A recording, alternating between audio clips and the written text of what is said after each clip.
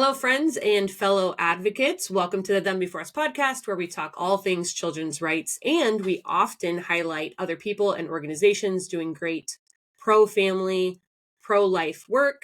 Today, we're interviewing a great friend of our organization, Carrie Abbott. Carrie was a teacher for 35 years and is now a national speaker, author, and radio show host for The Carrie Abbott Show. She's also the founder and president of the Legacy Institute, which she's going to tell us a little bit about in a second. And there she's the lead educator and oversees research and development of all the resources that they offer. And in particular, Carrie's joining us today to talk about a brand new resource called True Beauty. So we cannot wait to learn more about what you have going on. Carrie, thanks so much for being with us. It's so good to be with you, Jen. Great to be on your podcast. And I love the work and the mission of Them Before Us, and happy to join you today. Yeah, thanks. I know Katie has gotten to join you on your show a few times, which is so fun. Mm-hmm. Mm-hmm. Well, we always love to start just by getting a little bit of background from our guests. So you don't have to start with the hospital you were born in, but can you give us a little bit of just an overview of your life? How'd you grow up, and then sort of the highlights of what brought you to where you are today and why you're passionate about what you're passionate about? Well, there's a lot there, so I won't talk about the hospital. However, it was turned into a Kmart and then it was torn down. So that's where I began, in Renton, Washington, and I'm proud to have been born there. I grew up actually in a lovely family and a Christian home where going to church was actually a blessing. I say that because that's not the case for everyone. But it was for me, and it really cemented the powerful nature of just having healthy parents who weren't perfect but did their best. And the same thing with the holy habits that were ingrained in me as a child around a community that were just good people trying to do their best and follow God's plan for human flourishing. And that really has been a thread in my life, where I am blessed to not have a lot of pain in my story. Although life brings you pain regardless of your story, that's for sure. Growing up I went to public school. I was a leader in the school in many respects, graduated there, and then went to a little Bible school in Sweden, where only 85 students from all over the world went. I won't go into the history of my background, where I was in sports, and as a woman, I'm a strong female, always have been. That's an important part of the story here today, because God has given me opportunities to use that to bless other people. But that's where I met my husband, my one and only boyfriend, at the age of 19. He had left the UW, University of Washington, so he could learn more about what he believed as a new believer in Jesus Christ.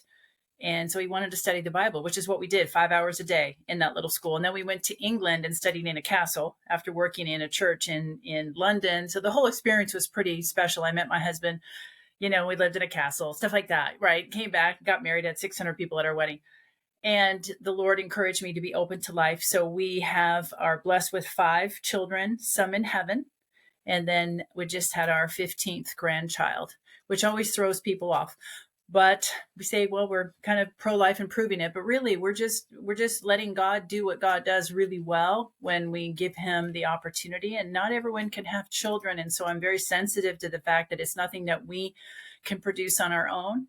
And it's a beautiful, privileged duty to help grow up other people. And one of the reasons I love Them Before Us is that children deserve a childhood, and they deserve adults committed to their best. And that's something that I experienced, is something that my husband experienced, and we wanted for our children.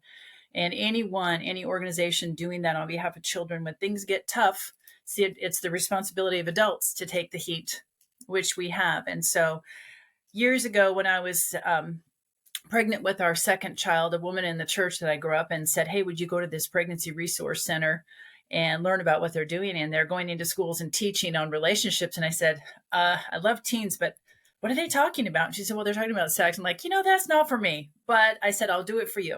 So I went in and went to the training and ended up being a speaker in that program, and was there 8 years and became the director, started training nationally. We wrote curriculum. And at one point in the Seattle area, had 40 people going into public schools talking about healthy relationships. Go figure. Wow. So that began a very long journey for me teaching. You mentioned I've been teaching 35 years. I still am teaching. I'm not a teacher in schools. I'm actually a teacher. Well, now I've traveled all over the country and in other parts of the world, but this is what I do regularly on a daily radio show as well.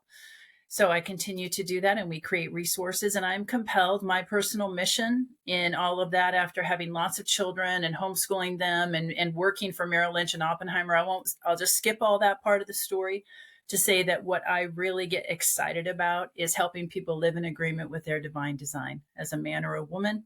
Whatever we can do to help people do that, that is our mission at the Legacy Institute as well. So there's the big picture. Yeah, that's awesome. Yeah, so let's talk a little bit more specifically about the Legacy Institute. Well, and even the word legacy, as you're describing how your parents raised you to be a part of a church where I think it's so important. You said you realize people aren't perfect, but they're doing their best. I think a lot of the difference when people have a good experience with the church versus bad, everybody sees people messing up. It really is about, is there hypocrisy or not? Or is there repentance and people working through hardship and sin and I made a mistake, but I'm going to do better? Or can kids ask good questions and get good answers? And so now it sounds like you're kind of, that legacy is spread on to your kids, to your grandkids. And so the Legacy Institute partially is about resourcing people, right? It's a lot of teaching and training. And you said to help people live in accordance with how God's they're designed them made. to be. Right. I think once you realize that every person is made, the Bible tells us, is made in the image of God. But that doesn't mean we're all the same. It means we're actually all uniquely different. We're all an unrepeatable soul who will live on forever. Every person listening to us now has a unique DNA blueprint, never to be repeated again. And God wants it that way. He wants that picture on display of his amazing love and grace. And so the thing that we should offer to other people is we should look at them and say, you are unique. You are made in the image of God. Therefore, you are sacred, set apart. I should treat you that way from the time you're a child to the time you have silver, beautiful hair. And if everyone did that, we would give each other a lot more grace when we do make mistakes, which are guaranteed to happen because we're human. But if we follow a blueprint that God has laid out for us, then we make less mistakes. And that's more helpful if you want to be whole, healthy, and help other people. If you're carrying a lot of bags around, it's difficult to hug people and nurture them when you're still carrying some baggage. And I say it that way on purpose because pain is like that. It feels like a big load. And what we want to do is help remove that load so you can be free to be who God made you to be. We need to see a picture of you, uniquely you. That's so good. Well, and tell us a little bit then, you have a new resource that's called True Beauty, and I think is more specifically for young women. Can you tell us a little bit more about that?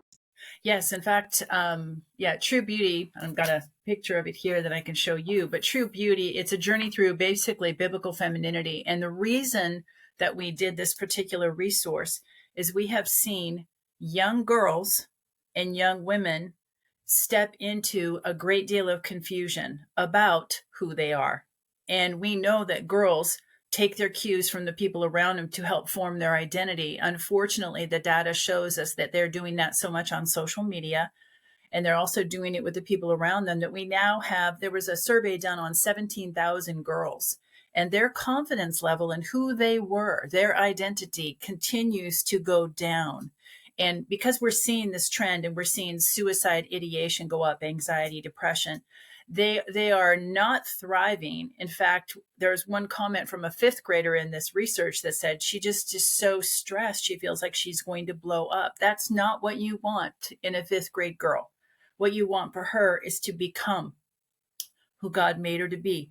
And even if she's not in the church, this is something people should recognize. The church is a lot of people realizing we need God's help, and we form together in a cohesive nature of families coming together to a bigger family. But even if you're outside the church, the Bible tells us that God is real, and he's made each person in his image, whether they know it or not, that he is there for them, and that they have a design and design features that are so unique. When those are being imposed on or confused, it hurts. It hurts the person. It hurts them psychologically and emotionally and spiritually. And so we want to help young women, in particular, very mature junior high, high school, and college age women, to understand the lies they've been dealing with, how to offset those lies, and then give them actually insight into their own unique design. We do everything in this study from talk about feminism and the ways it went wrong to how awesome young men are and how different they are to their own fertility package, which I don't find in any study on biblical femininity. So it's a blueprint to great success to being a girl. And it's also very encouraging. And we're encouraging mothers, leaders, youth leaders, coaches, anyone interfacing with girls to help them have their childhood back. And this, again, goes in direct connection to what you're doing at Them Before Us. Adults need to do the hard things, as Katie loves to say. And it is hard to set aside time to mentor a younger woman, but these are our future wives and our future mothers. And these are the ones forming families. And family is always the plan that God uses, not only for the gospel message, but also for thriving society. And in fact, new research out tells us, Jen, that a lot of people who've left the church is because what they experienced in their own family, they didn't see that faith transferred from the father and mother to the next generation. They saw a lot of adults doing things for themselves instead of their children, including divorce, which is difficult to talk about because nobody signs up for divorce. Nobody wants that. But when it happens, a child then has questions about their worth. And those are the things we want to stop. We want to stop that kind of pain. And we want to help the girls that hear us right now, the young women. I'll tell you, I know someone who was 40 who went through this study and said it helped her greatly. So I'm just telling you, it's not just for high school girls, but we need to catch them when they're young to help set them in motion for great success for who God wants them to be and help them live in agreement with their divine design. Sounds like it'd be a great benefit. Then even as someone who might be leading it, that you could be getting a lot from it, even if you're not a teenager. I guarantee it. I guarantee it. Because most people don't. I'll just say, as a woman, I had 5 children and a couple other pregnancies before I understood my own fertility. How many people actually learned about that from in their church youth group? Probably zero, unless you're Catholic. And even then, it would not have been in that setting, but maybe fortunately in a different setting. And the reason I bring that up is our fertility package is part of our design that impacts all the rest of our health. It's not just about, can you make a baby or not? It's actually, it affects every system and every emotional system and the health of your whole body, your whole life as a woman. I think most women would like to know that. Yeah, it sounds really interesting. Well, Yeah. I'd love your take on talking about feminism a little bit. We went from, whether you want to say it's like the 30s and the 40s and whatever, it's like it was the patriarchy and men are here and women are down here. Right. And feminism at some level was trying to, we need to elevate women. But what it seems like has happened is there's a lot of, let's talk about women need to be a girl boss and you just need to go pursue the career, put your fertility on hold, freeze your eggs, do all this stuff. And then let's just devalue men. Let's talk about men are the worst and you don't need them and we'll be single mom by choice. So we really just switched everything. And what's interesting is men are now profoundly unhappy with a lot of what's going on, right? Yes. But women, even though, quote, elevated in culture, are profoundly unhappy. So why do you think that? I mean, I think that was sort of the secular way to try and fix the problem. So it was like they were trying to do maybe the right thing, but they went about it in the completely wrong way. So how did we get to where we are? Yeah. And I think, if you look back at the time when Jesus was around, women were not treated the same way they are even now. And he elevated women. The first person that he wanted to hear that he rose again from the dead, was a woman. And that was shocking in that system. So God has always been the one to care about equality of women and to value women. But women went too far with it. And generally what I see in the history and what we show in this is we don't say awful things about people and name names. What we do is tell their story. A lot of women who are leaders in the feminist movement were hurt by men, or they had issues with their father. And so then they say, then the family must be broken. Let's undo the family. Let's put the state in charge. In fact, let's do something like Marxism or socialism or communism where they don't have to answer to a mother and a father. You see that trend still going. Then they also emasculated men and they tried to weaken men. And then they also said, I can be like a man. I can be sexually promiscuous. I can go out with whoever I want. Margaret Sanger herself, who helped me, start some of this, started the American Birth Control League, which turned into Planned Parenthood. She herself left her own traditional quote unquote family and lived a life that would embarrass any woman if they had to repeat how she lived. But she felt like she had to undo what family could do, and children were part of that. So any child born outside of that marital union was at risk. That's where children started to be put at risk and continue to be so today, because God created family and said, you two people, if you're going to become one and produce an unrepeatable soul who will live forever, I need you to take care of that baby. In fact, that's your responsibility. It's not culture. It's not society. It's not the church. It's yours. So when those two people stop taking responsibility for that, and they're lied to by other people saying, you don't have to worry about that. In fact, we can get rid of that baby before that baby's born. Then you can see how it's all upside down, all going back to really what some people said was a painful experience in their own family. Maybe their motivation was good to start with, but it turned very ugly. Now there are women who literally hate men. And I'll take it one step further. Transhumanism or transgender and that identity confusion is really the offspring of feminism gone awry, where now we don't need male or female. You can be whatever you want. This is one of the biggest messages that has confused young girls and boys in the culture, which is why we at the Legacy Institute continue to teach the beautiful, powerful truth about male and female design. You would think that would have been understood. And it was years ago, and now it's been assaulted. And so we'll bring back those beautiful blueprints and remind people of the truth. And I don't see these people as villains, although some of their behavior was incredibly damaging to other people. I see them as in a sense, as victims of lies that they believed. And we want to help undo those lies. In fact, people listening to us right now may have bought some of those lies and said, I talk to women who have become corporate heads of corporations, and they'll say, yeah, I was told as a woman I could do anything, so I got this job. And then I kept moving forward and forward, and then I missed the window of the opportunity to have children, and I feel like I got lied to. And I will tell them, yes, actually you did, because a woman can do anything, but not everything at once. I have 5 children. I run an organization. I have a national radio show. It hasn't stopped me from growing, but God gave me common sense and said, you have a season where you'll be able to have children. And then after that, you'll be able to produce other things and be fruitful your whole life. And that's what I want women to understand. Yes, yes, yes, but in God's timing when it's best, and never putting another person at risk for your dreams, starting with your child, which again, them before us, you get this. This is why I love what you do, but this is why we do what we do, to help people understand those blueprints. Yeah. I was talking about this recently with some friends. We would see these ads on the subway in London, or, if you're in New York City or something, you see on the bus advertisements for college age women, sell your eggs, or what are the other things you can, or be a surrogate. And so culture's simultaneously telling women to delay your own fertility. Yeah. Go work. But then also, because you're the most fertile and the most healthy, sell your eggs or be a surrogate to earn money. And then by the time you're ready to have children, okay, I've become a partner in the law firm at 40 something. Now I'm ready to have a family, like Jordan Peterson has talked about. These law firms can't keep women past some of these ages because they achieve it and they're kind of like, okay, what else? And then they want to go have a family, but now they can't.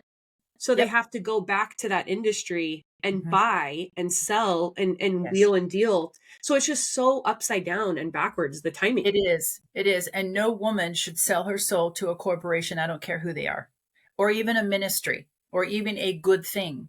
You get to be in charge. You and God work it out with your spouse and prepare yourself for those seasons. I think that's probably what I would say if we had an overarching theme is, yes, young women, you can do a lot of things.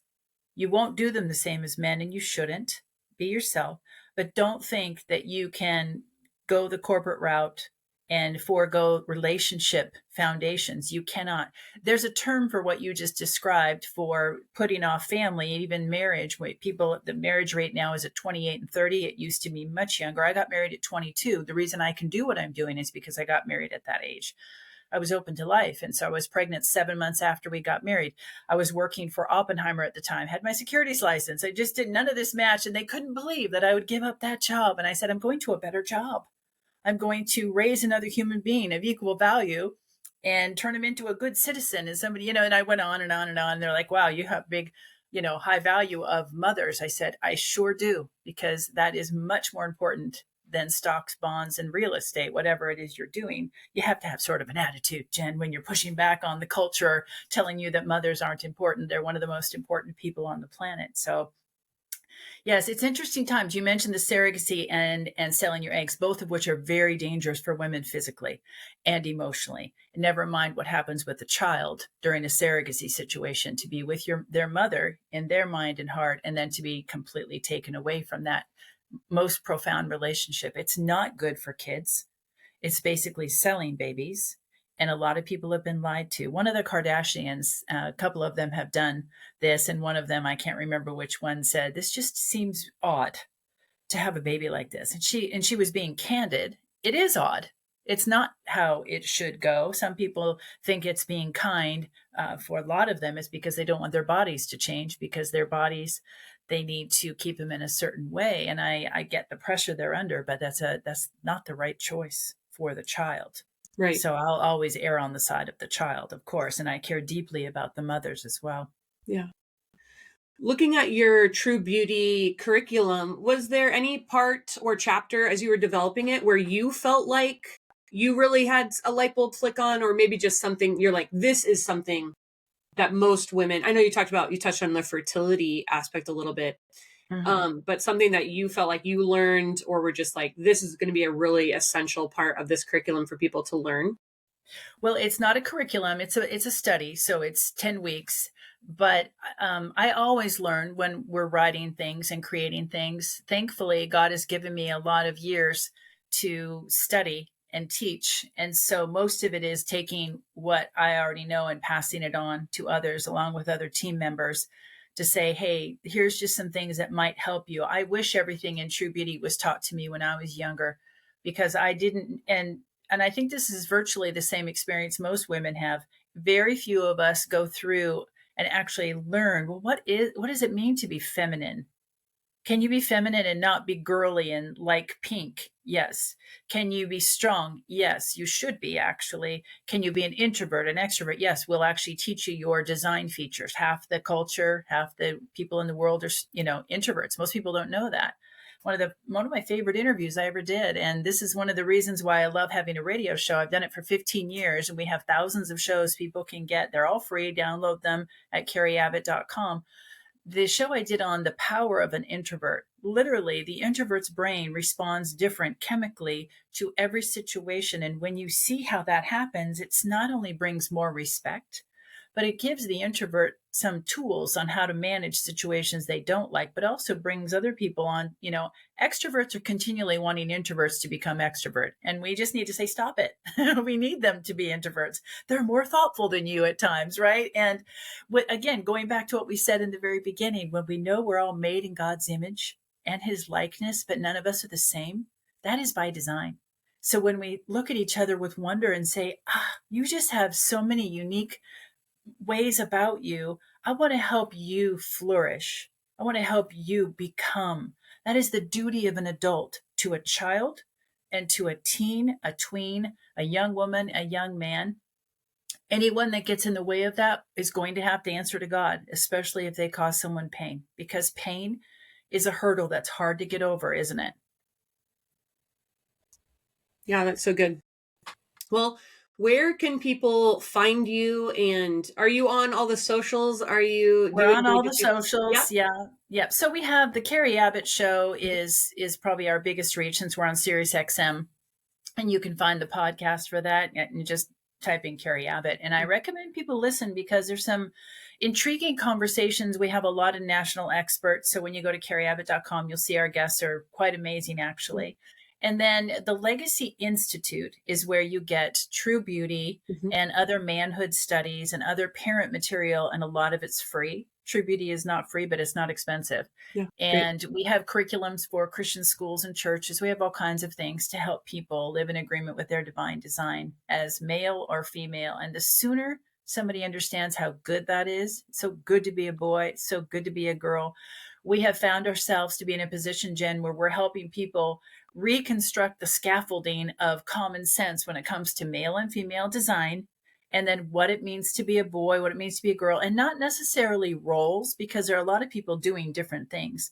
But you find that in certain settings, especially family, moms tend to be more nurturing, although dads are very nurturing, and they have, because of their brain wiring. It's not because they're smarter, right? Dads are better protectors at times. They're stronger. They also have better eyesight. It's just some very interesting things, right? So when you start to look at design, you say, wow, I didn't realize how fearfully and wonderfully we're all made.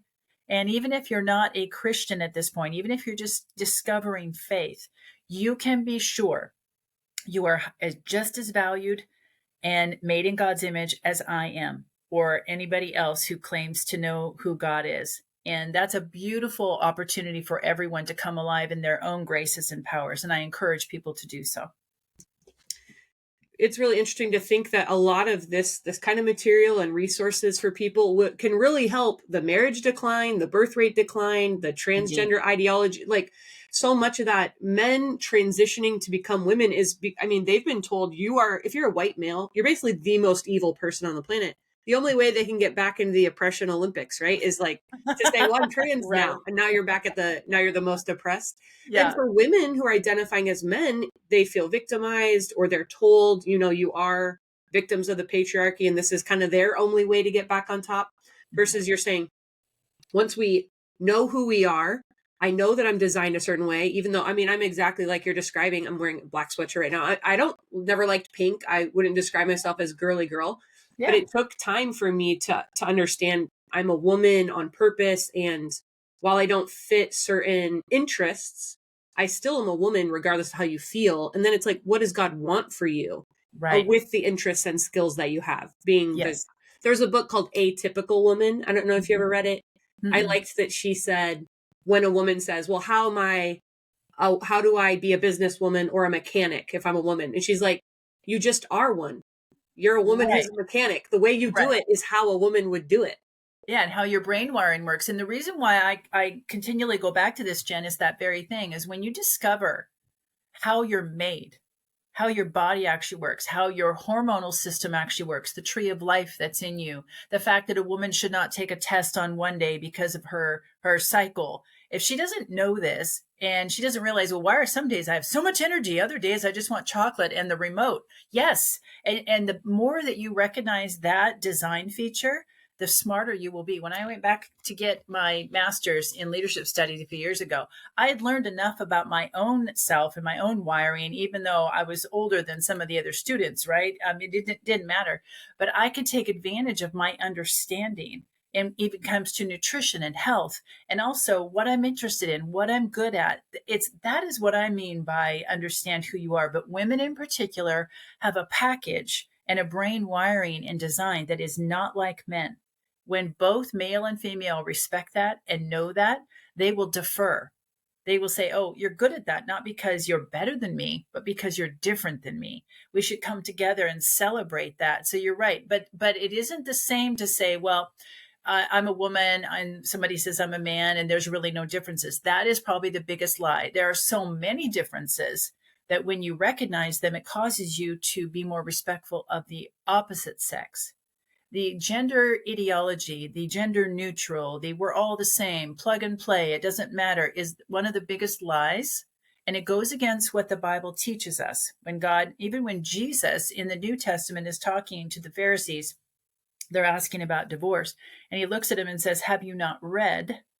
Going back to Genesis, the very beginning, which I love to teach from Genesis, God brought a male and a female together, the two streams of humanity, and he brought them together in what was the first marriage. God was the one who created marriage, by the way. And then the natural outworking was another human being of equal value, a child. That whole picture is an inalienable picture that you cannot change. When people die and go to heaven, that would be my goal for them, by the way, that they would transact with Jesus here now so that can happen.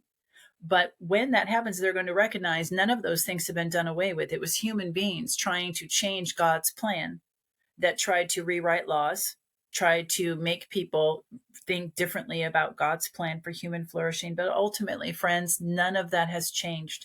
The battle over it continues. And what we want to do and what you're trying to do is say there's an easier, more beautiful, powerful way. It's almost so simple. and yet we've confused people. So let's bring people back to the basics, and the basics help people become their best person.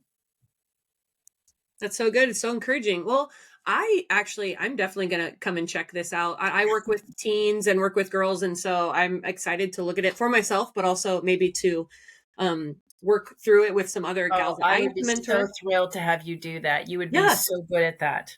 Thank you. Yeah. So everyone, you can go to thelegacyinstitute.com to look for the True Beauty Study. And then you can go to carrieabbott.com and check out Carrie's radio show. Carrie, thank you so much for all your work, your expertise, all the resources that you're offering. We appreciate you so much. It's been a joy to be with you, Jen. I'm so grateful for what you're doing, you and Katie and the team at Them Before Us, and God bless you in all that you're doing. Awesome. Thanks.